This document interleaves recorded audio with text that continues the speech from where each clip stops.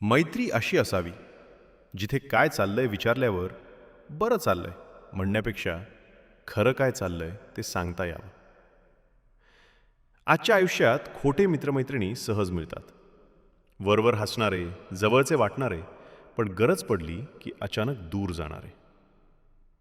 आणि खरी मैत्री तीच असते जिथे शांततेतही संवाद होतो, जिथे उत्तर देणं बंधन नसतं पण समजून घेणं आपोआप घडतं, जिथे आपलं दुःख ओझं वाटत नाही आणि आपला आनंद स्पर्धा ठरत नाही.